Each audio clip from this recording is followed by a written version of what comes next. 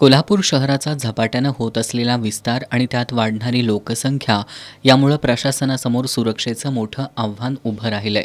उपनगरांमधील वाढत्या गुन्हेगारीकडे शिवसेना उद्धव बाळासाहेब ठाकरे पक्षानं जिल्हा पोलीस अधीक्षकांचं लक्ष वेधलंय.